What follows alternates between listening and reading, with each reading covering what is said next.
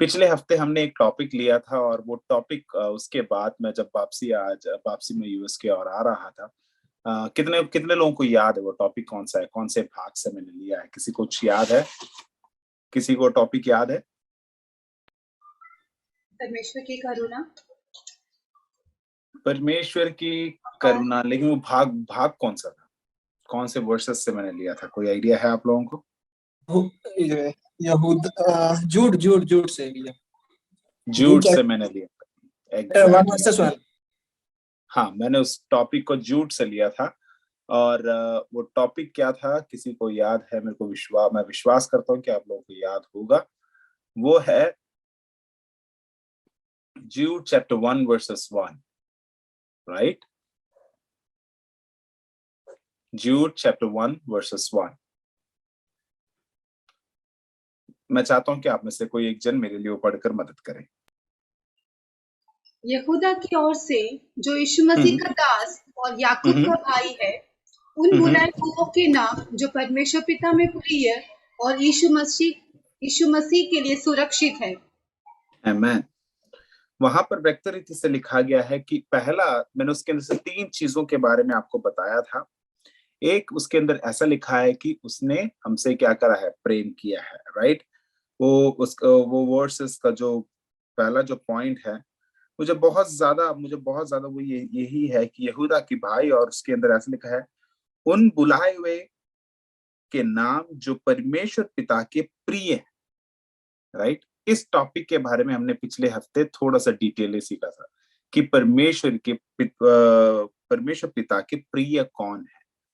और वो प्रिय यानी कि वो प्रेम के बारे में मैंने आप लोगों को जरा एक्सप्लेन किया था, और उसके बारे में मैंने आपको 3 वचन मैंने आपको बताया था। ये एक था जर्माया चैप्टर 31 उसका 3रा आयत, उसके बाद एफेसियों की पत्री 2रा अध्याय उसका 4था आयत, उसके बाद पहला यूहन्ना 3 का पहला आयत। इन 3 वचन से मैंने आपको समझाया था कि परमेश्वर का प्रेम कैसा है। यूदा जो है, यहाँ पे यूदा कौन कौन सा यूदा के बारे में बात कर रहे हैं? यहाँ पे वो यूदा है जो यीशु मसीह का भाई है, राइट? यीशु मसीह का भाई, और यीशु मसीह और याकूब क्या है? ये लोग भाई बहन थे, सगे भाई थे। तो यहाँ पर यूदा, मैंने आपको पिछले हफ्ते मैंने समझाया था, यूदा चाहे तो ये बोल सकता था मैं यीशु मसीह का भाई, लेकिन उसने ऐसा नहीं बोला। उसने क्या बोला? मैं यीशु मसीह का दास और याकूब का भाई, राइट? यहाँ पर हमें यह समझाता है कि यूदा जो है परमेश्वर के जो बुलाहट के बारे में वो अच्छे से जानता था। परमेश्वर की जो उनके ऊपर जो पर्पस था उसके बारे में वो बहुत ही अच्छे रीति से क्या करता था? जानता था, राइट? तो यहाँ पर व्यक्त रीति से समझाता है, यहाँ पर व्यक्त रीति से यहाँ पे समझा रहे हैं कि यीशु मसीह का प्रेम यानी कि पिता का प्रेम के बारे में यहाँ पे समझाया है। उसका पहला पॉइंट मैंने बोला था जर्माया चैप्टर 31 उसका 3, उसमें इस प्रकार लिखा है कि सदा उसने क्या करा है? प्रेम किया है। सदा यानी कि सदा मतलब चाहे वो कोई भी अवस्था हो, आपकी निजी अवस्था हो, आप पापी हो, कुछ भी हो, परमेश्वर हमसे क्या करता है? प्रेम करता है, राइट वंदना? हमसे परमेश्वर क्या करता है? प्रेम करता है। बेटा आप कुछ भी किया, लेकिन कई बार हमारी गलतियां क्या है? आजकल कलीसिया में क्या हो रहा है? लड़ाई झगड़ा हो रहा है। लोगों ने उस प्रेम को बहुत ज्यादा क्या कर लिया है? उस प्रेम का एडवांटेज निकाला है। लेकिन मेरे प्रिय, आज मैं आपको एक चीज समझाना चाहता हूं कि परमेश्वर का जो सदा प्रेम है, मान लो मैं क्या कहते हैं, मेरा जो बेटा है अभी 3 साल का होने जा रहा है, ठीक है? इतना नॉटी है, बाप रे बोलो मत, इतना ज्यादा शरारती है।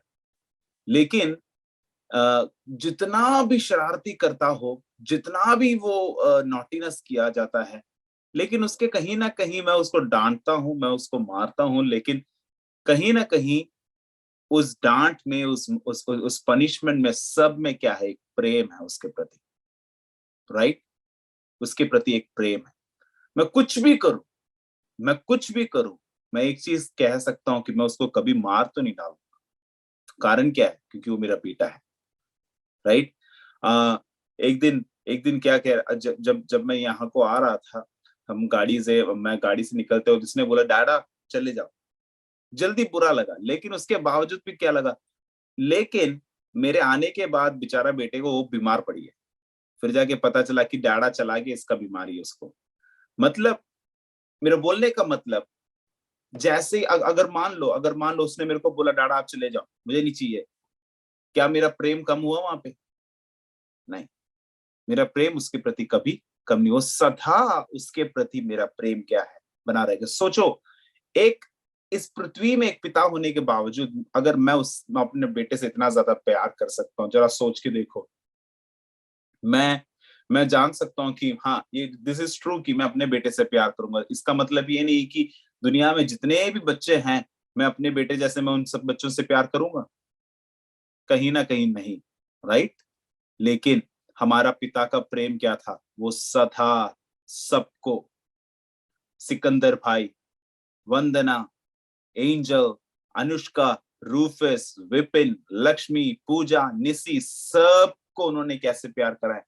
एक जैसे प्यार करा है, सदा प्रेम, राइट। सेकंड, मैंने आपको समझाया था एफेसियों की पत्री, उसका 2 अध्याय, उसका 4 वचन, उसमें क्या लिखा गया था? बहुत बड़ा प्रेम के साथ, राइट। बड़ा प्रेम, बड़ा प्रेम का मतलब क्या था? उन्होंने कुछ भी चीज हमारे ऊपर नहीं गिना, एक भी गलती उन्होंने नहीं गिना, बल्कि उन्होंने क्या बोला है? तुम्हें मैंने मृत्यु से क्या करा है? जिलाया है। तुम मरे हुए थे, तुम पाप में मरे हुए थे, तुम पाप में गिरे हुए थे, लेकिन मैंने तुमको क्या करा? बड़ा प्रेम देकर, उसकी करुणा पर, उसकी दया पर उसने हमें बचाया, राइट।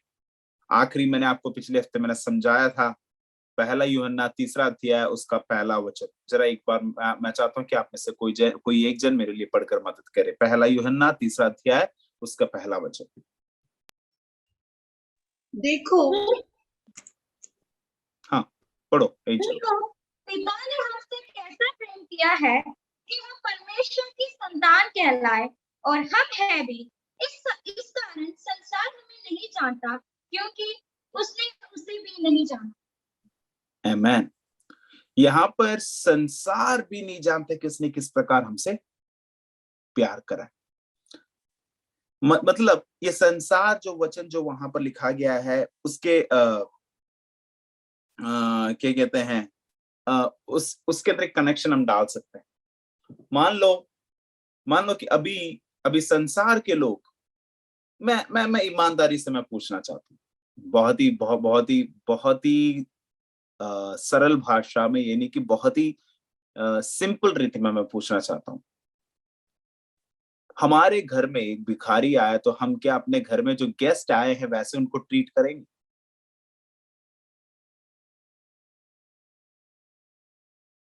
मान लो कि मैं भिखारी, निसी गेस्ट, हम दोनों क्या कर रहे हैं? सिकंदर भैया ने क्या करा है? निसी को घर में गेस्ट के दौरान बुलाया है, ठीक है। सिकंदर भैया ने निसी को क्या करा है? गेस्ट के दौरान बुलाया है। निसी वहां पे बहुत ही अच्छे कपड़े पहनकर, गेस्ट है, बहुत ही अच्छे रीति से वो वहां पे जा रही है, शायद बोके लेके जा रही है सिकंदर भैया के परिवार के लिए, बच्चों के लिए, सब जो अगर शादी हुआ है तो, ठीक है। नहीं हुआ शादी, सिकंदर भैया आपकी शादी हुई है? नहीं हुई, ठीक है। तो उनके परिवार में सबको क्या कर रहे हैं? चॉकलेट्स वॉकलेट सब लेके जा रहे हैं। जैसे निसी वहां पर चढ़ के जा रही है, जैसे निसी ने दरवाजा पर खटखटाया, साथ ही साथ मैं भी चला गया। लेकिन मैं कौन हूं? भिखारी। क्या मैं सिकंदर भैया से पूछूंगा, क्या भैया आप हम दोनों को एक जैसे घर के अंदर चढ़ाएंगे? सीधा बोलेंगे, अरे आप जाओ जाओ जाओ, जब बात में आओ, बात में कहा भाई, जिंदगी में कभी नहीं चढ़ाए, राइट? यस और नो? लेकिन हमारा परमेश्वर ने हमसे क्या ऐसा प्यार करा है, संसार उस प्यार को समझ नहीं सकता, संसार उस प्रेम को समझ नहीं सकता, चाहे वो भिखारी हो, चाहे वो गेस्ट हो, उन्होंने एक जैसा उनको क्या करा है? संभाला है, राइट। उसका उसका मलयालम में इस प्रकार लिखा गया है, विभागमिल्लाता, यानी कि डिफरेंशिएट्स नहीं है वहां वहां पे कोई भी प्रकार का डिफरेंशिएट्स नहीं है।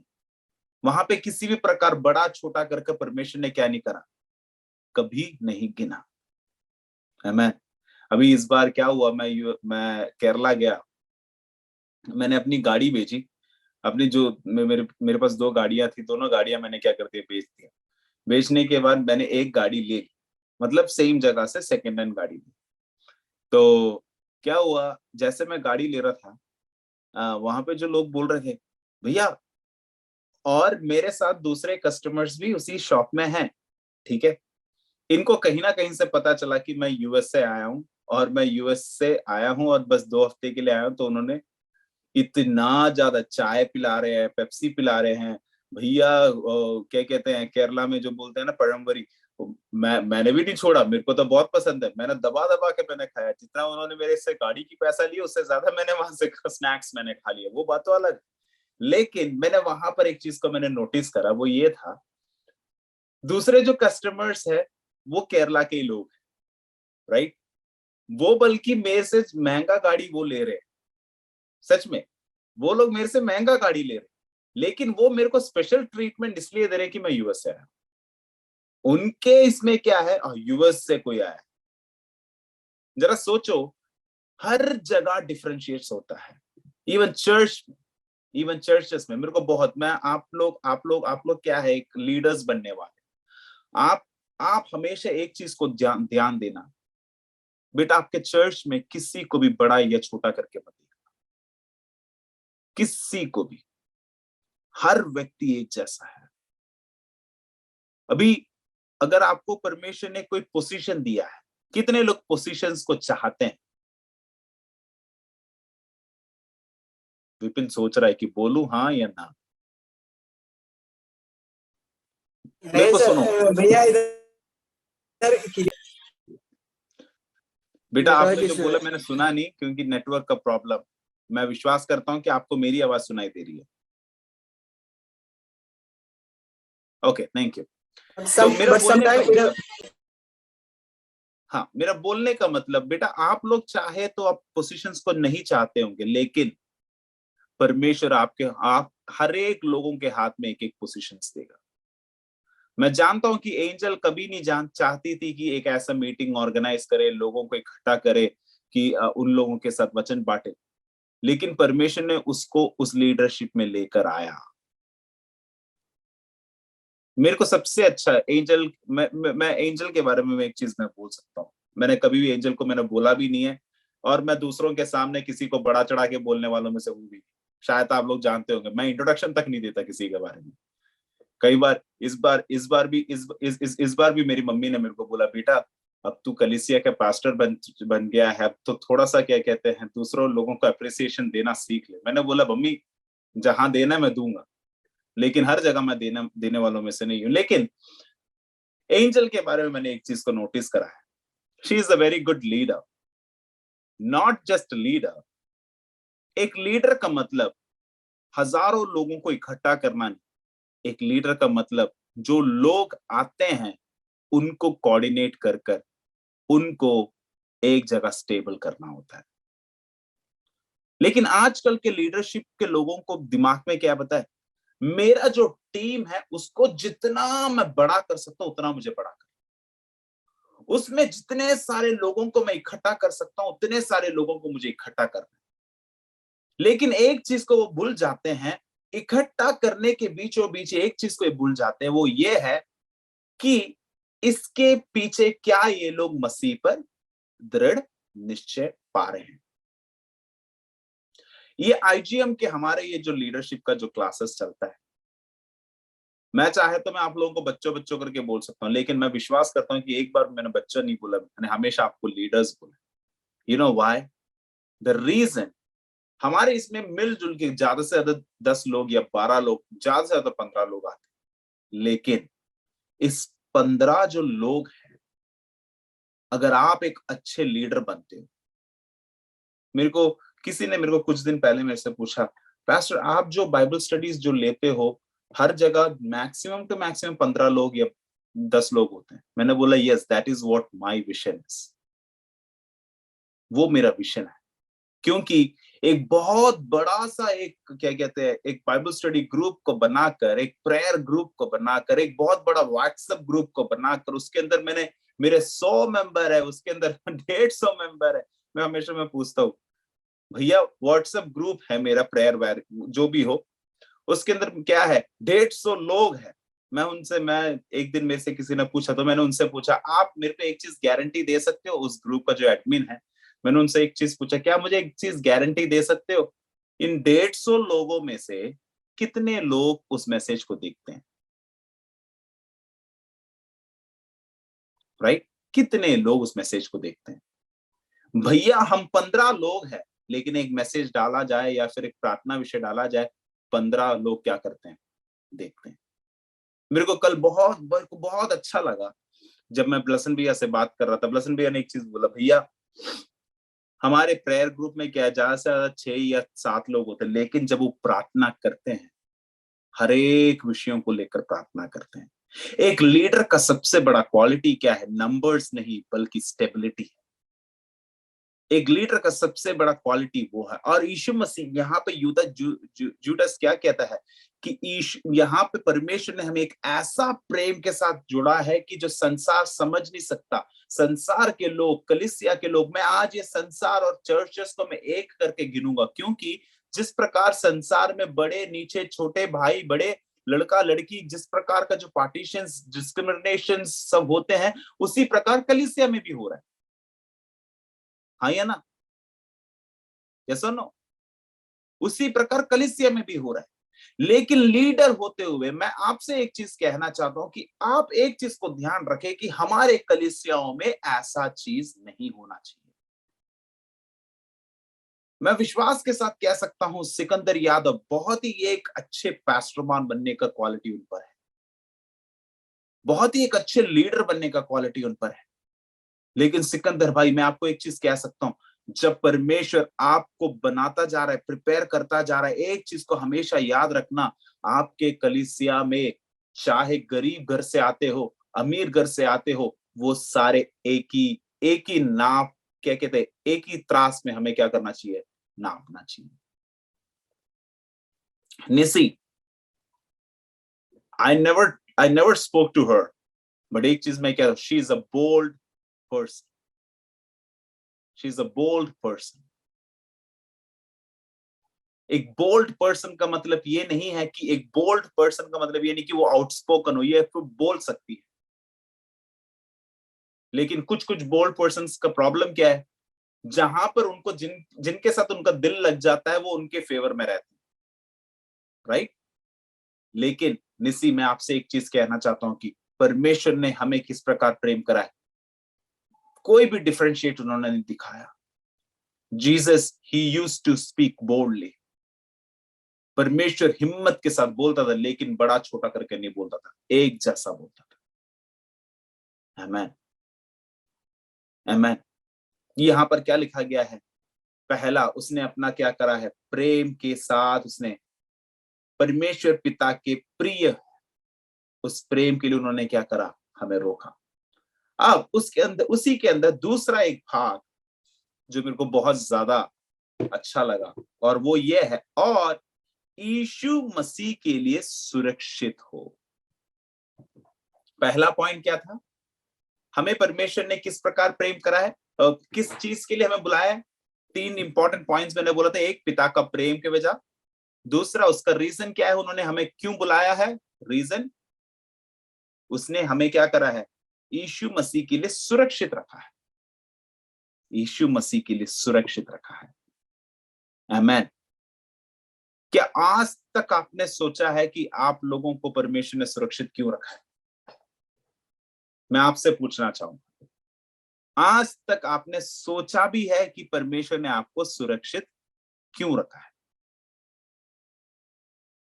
सोचा है आपने? हम बोलेंगे कि हाँ, प्रभु ने मुझे सुरक्षित रखा है क्योंकि मैं उसके नाम की महिमा करूं। हम सबका एक ही आंसर होगा, बस उसके नाम की महिमा करें। राइट? बट दिस स्टेटमेंट, क्या आपने उस स्टेटमेंट को अच्छे से पढ़ा? It clearly says that and preserved in Jesus Christ. उसके इंग्लिश वर्जन ऐसा है कि preserved in Jesus Christ. यीशु मसीह के लिए हमें क्या करा है? सुरक्षित रखा है. उसका मलयालम में इस प्रकार लिखा गया है, യേശു ക്രിസ്തുവിനായി സൂക്ഷിക്കപ്പെട്ടു. वाह, सुरक्षित रखना. It's not easy. विपिन, परमेश्वर ने आपको यीशु मसीह के लिए सुरक्षित रखा है. आमेन. पहला उसने अपने प्रेम के साथ हमें बुलाया, राइट, एज अ बिलीवर. एक पैस्टर रूफस जॉर्ज को परमेश्वर ने किसके लिए सुरक्षित रखा है? कहीं बार हम सुनते हैं कि जब मैंने इस वचन को पढ़ा ना, मेरा बहुत बड़ा एक गलत फहमी था. मैं अपने आप को भी मैं कई बार सोचता था, oh God send me to that church, ताकि उस चर्च में बहुत बड़ा एक बदलाव लाए. कि मैं दूसरों के बारे में, मैंने अपने बारे में मैंने कई बार सोचा कि प्रभु ने मुझे उस कलीसिया को बचाने के लिए भेजा है. लेकिन जब मैंने इस वचन को पढ़ा, ठीक है, परमेश्वर ने मुझे इस कलीसिया को एक बदलाव लाने के लिए भेजा होगा, लेकिन मेरे को क्यों सुरक्षित रखा? राइट? Am I clear? आप लोगों को समझ आ रहा है? समझ आ रहा है? हमारा सबसे बड़ा गलतफहमी क्या है? हमें से कई लोगों को, इवन मेरे में भी था ये गलतफहमी, कि कभी कुछ कैंप्स में जाते हैं, कुछ कैंप्स में जाने के बाद जब बच्चे क्या कहते हैं, नोट्स डालते, बोलते हैं कि वो इनका एनर्जी बहुत अच्छा था, इनके वजह से ये कैंप क्या हो गया, एकदम धमाका हो. अंदर ही अंदर मुझे खुशी होती थी, वाह यस, बच्चों ने क्या बोला यार, इनका एनर्जी के लेवल. लेकिन बेटा, why did God give me that energy? परमेश्वर ने वो एनर्जी मुझ में क्यों दिया? ताकि मैं परमेश्वर के लिए, यीशु मसीह के लिए सुरक्षित रहूं. हम लोगों की सबसे बड़ा प्रॉब्लम क्या है?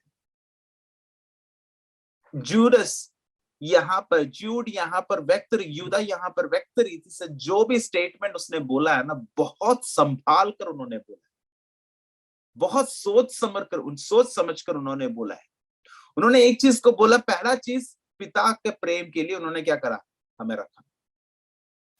प्रेम के वजह से उन्होंने हमें रखा. दूसरा, यीशु मसीह के सुरक्षित रखने के लिए, यीशु मसीह के लिए सुरक्षित रखा. यानी कि आज जो हम जी रहे हैं, हम किसके लिए जी रहे हैं? यीशु के लिए जी रहे हैं, यीशु के लिए जी रहे हैं. ये चीज को समझना, हमें परमेश्वर ने बचा के सिर्फ एक चीज के लिए रखा है, वो यीशु मसीह के लिए. राइट? मैं सोच रहा था, कहीं बार परमेश्वर के दास लोगों के दौरान भविष्यवाणी मिली है कि एक बहुत बड़ा एक क्या कहते हैं, ऑर्गेनाइजेशन के लीडर बनोगे, वो करोगे, ये करोगे. क्या यीशु मसीह कोई ऑर्गेनाइजेशन का लीडर था? क्या यीशु मसीह के पास किसी भी प्रकार का क्या कहते हैं, डेजिग्नेशन था, पोजीशन था? और झूठ क्या कह रहा है, यूदा क्या कह रहा है? मैंने तुमको उस यीशु के, जिसके पास कोई पोजीशन नहीं था, जिसके पास कोई ऑर्गेनाइजेशन नहीं था, जिसके पास कहने के लिए कुछ भी नहीं था, मैंने उनके लिए, उसके लिए मैं तुम लोगों को सुरक्षित रखा. लीडर्स, आप लोगों को एक चीज समझना है, हम चाहे या ना चाहे, परमेश्वर हमें क्या कर देता है? हमें आशीषित देता है. जो पोजीशन आपको मिल रहा है ना, मैं कई बार अपने आप को सोचता हूं कि प्रभु, मैं एक ऐसा बाइबल स्टडी लेने के लिए मैं बिल्कुल भी योग्यता मेरे पे नहीं है. ऐसे वेद को समझाने के लिए मेरे पास इतना दिमाग नहीं है. मैं कोई आउटस्टैंडिंग नहीं हूं, मैं हम सब एक जैसे हैं, लेकिन परमेश्वर ने एक एक लोगों को एक एक स्टेटस दिया है। अगर रूफस को ऐसा स्टेटस दिया है, एंजल के कोऑर्डिनेटर के स्टेटस दिया है, निसी को, विपिन को, हर एक लोगों के एक स्टेटस दिया है, एक पोजीशन दिया है। लेकिन इन सारे स्टेटस और इन सारे पोजीशंस के पीछे एक ही मकसद है कि आप यीशु मसीह के लिए सुरक्षित रहें।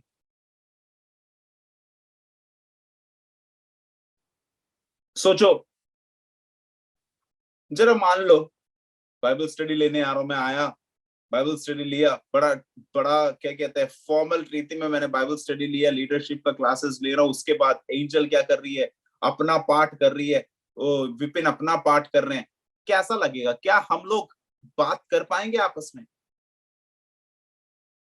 मैं जानता हूं कि अभी मैं आपको वचन से सिखा रहा हूं, इस बाइबल के दौरान मैं आपको कुछ सिखा रहा हूं, लेकिन मैं ये भी विश्वास करता हूं कि अंदर ही अंदर हमारी आत्मा आपस में बात कर रही है। अंदर ही अंदर पिछले दिनों में जो क्वेश्चंस हमारे अंदर आया है, कोई डाउट्स जो हमारे अंदर आया है, वो पवित्र आत्मा हमसे बात करता जा रहा है। Right? This is how God talks all the time.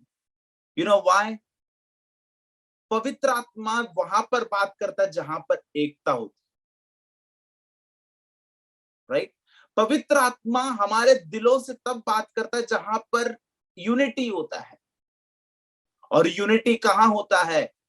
जहां पर रूफस जॉर्ज के दिमाग में, एंजल के दिमाग में, विपिन के दिमाग में, सिकंदर के दिमाग में, निसी के दिमाग में, अनुष्का, वंदना, लक्ष्मी, राजा, पूजा, हम सब के दिमाग में सिर्फ एक ही चीज है, हम लोगों को सुरक्षित किसके लिए रखा गया है? यीशु मसीह के लिए। जब हम सब के सोच में एक ही मकसद है, तो हम, चाहे एक व्यक्ति बात कर रहा हो, वो एक व्यक्ति का बात क्या है, हर एक लोगों तक पहुंच जाता है, और हर एक लोगों का बात उस व्यक्ति तक भी पहुंच जाता है। दिस, एक बाइबल स्टडी का या फिर एक वचन को सीखने का सबसे इंपॉर्टेंट चीज यह है कि बाइबल नॉलेज को बढ़ाना नहीं, क्या हम बाइबल पर जी रहे हैं।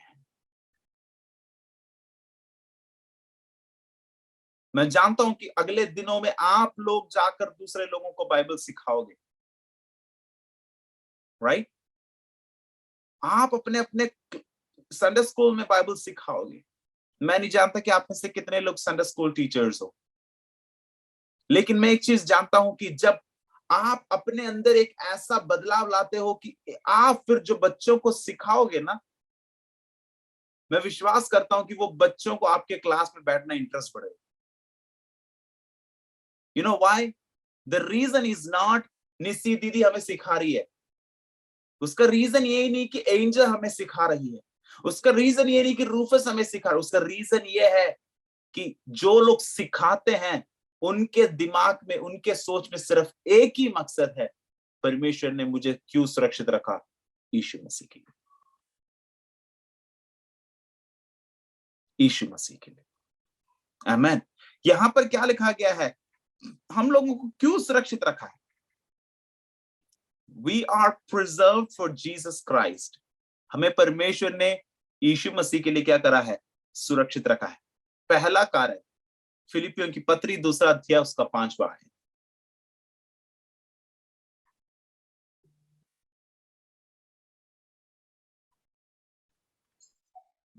Chapter 1 verse 5. Yes. Chapter 2 verses 5. तो मेरा यह आनंद पूरा करो कि एक मन रहो और एक ही प्रेम, एक ही चित्त और एक ही मनसा रखो। Amen. Sorry. Philippians chapter 2 verses 5. Sorry. जैसा मसीह यीशु का स्वभाव था, वैसा ही तुम्हारा भी स्वभाव हो। बस हमें परमेश्वर ने सुरक्षित क्यों रखा है? जैसा यीशु मसीह का स्वभाव था वैसा ही हमारा स्वभाव है। उसमें कोई रॉकेट साइंस वाली बात नहीं है। सिर्फ पहला very important thing, to be like Jesus, हम यीशु मसीह जैसा बने। यस और नो? हाँ या ना? सबसे पहला हमें सुरक्षित क्यों रखा है? ताकि हम यीशु मसीह जैसा बने। बेटा, तेरा चरित्र जो भी हो, जो भी अवस्था से तू जा रहा था या नहीं, व्हाटएवर इट इज, लेकिन अब एक चीज को जानना, मेरे को और आपको उसने सुरक्षित क्यों रखा है? ताकि हम यीशु मसीह जैसा बने।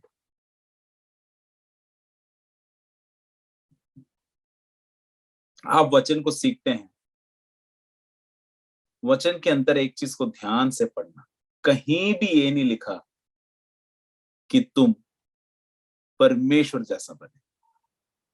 लिखा है आप परमेश्वर जैसा बने, यानी कि गॉड, बी लाइक गॉड करके कहीं लिखा है। लेकिन हर जगह एक चीज लिखा है, आप यीशु मसीह जैसा बने। क्योंकि वचन जानता है, परमेश्वर जानता है कि हम में से कोई भी व्यक्ति किसके जैसा नहीं बन सकता,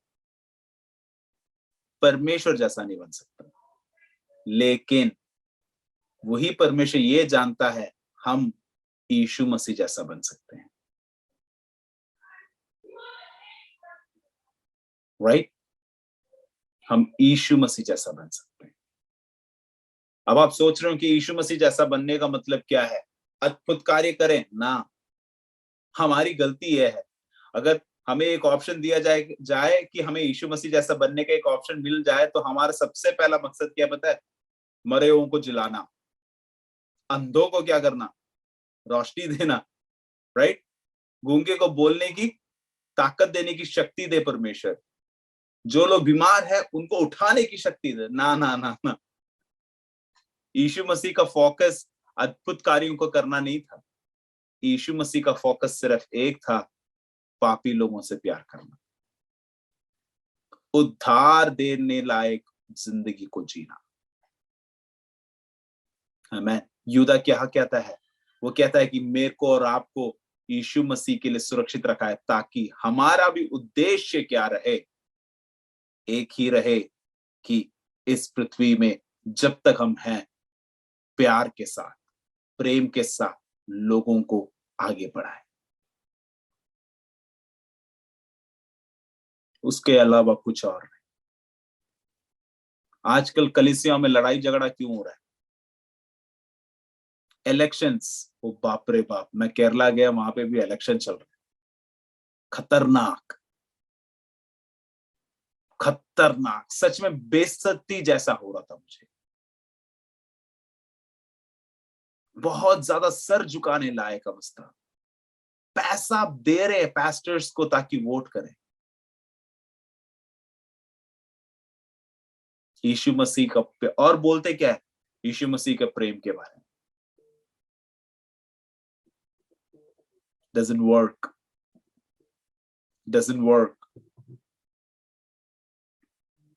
मैं पहला रीजन हमें परमेश्वर ने क्यों सुरक्षित रखा है? ताकि हम यीशु मसीह जैसा बने। आमीन। दूसरा पॉइंट, दूसरा कोरिन्थियों 5 अध्याय उसका 20वां आयत, 2 Corinthians chapter 5 verses 20। इसलिए हम मसीह के राजदूत हैं, मानो परमेश्वर हमारे द्वारा विनती कर रहा है। हम मसीह की ओर से निवेदन करते हैं कि परमेश्वर के साथ मेल मिलाप कर लो। जो पाप से, वहां पर क्या लिखा गया है? हम किसके समान बने? परमेश्वर के साथ मेल मिलाप कर लो। परमेश्वर के साथ क्या करे? मेल मिलाप कर लो। अब तक परमेश्वर के साथ मेल मिलाप कौन कर रहा था? इस वचन को पढ़ते वक्त तक कौन कर रहा था? यीशु मसीह, राइट? हाँ या ना? 1 सेकंड, मेरा इसका चार्ज खत्म हो रहा है, आई एम सॉरी।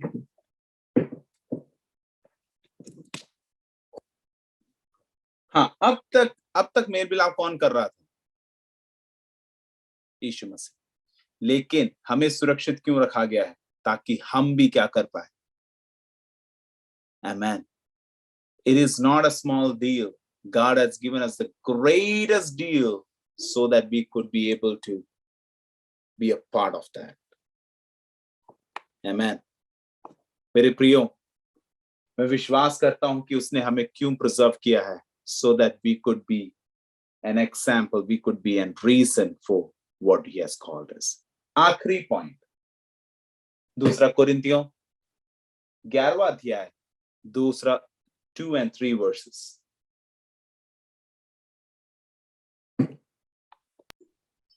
क्योंकि मैं तुम्हारे विषय में ईश्वरीय धुन लगाए रहता हूँ, इसलिए कि मैंने एक ही पुरुष से तुम्हारी बात लगाई है कि तुम्हें पवित्र कुंवारी के समान मसीह को सौंप दो।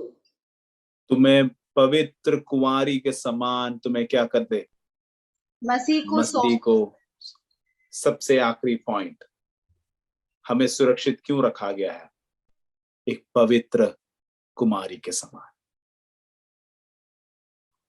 एक निर्मलता के साथ उसके आगमन के लिए हमें भी तैयार रहना है। आपको यीशु मसीह को जानते हो? यीशु मसीह हमेशा वो पवित्र था, निर्मल था।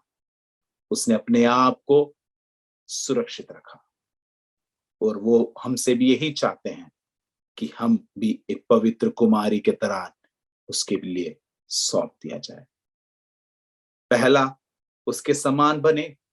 दूसरा, परमेश्वर के साथ मेल मिलाप करे। तीसरा, पवित्र कुमारी के समान। हमें परमेश्वर ने यीशु मसीह के लिए सुरक्षित क्यों रखा है? इन तीनों कारण के लिए रखा है। आइए अपने आंखों को बंद करते हैं, प्रार्थना के साथ सिरों को झुकाते हैं। बेटा, अगर आपको लगता है कि परमेश्वर ने मुझे सुरक्षित रखा है, तो उसके पीछे का सबसे प्रथम कारण यह है, He has called you. उसने क्या क्या करा है? उसने हमें किस चीज के लिए रखा है? ताकि हम उसके समान बने। दूसरा, ताकि हम उसके साथ मेल मिलाप करें। तीसरा, पवित्र कुमारी बनकर उसके आगमन के लिए तैयार रहे।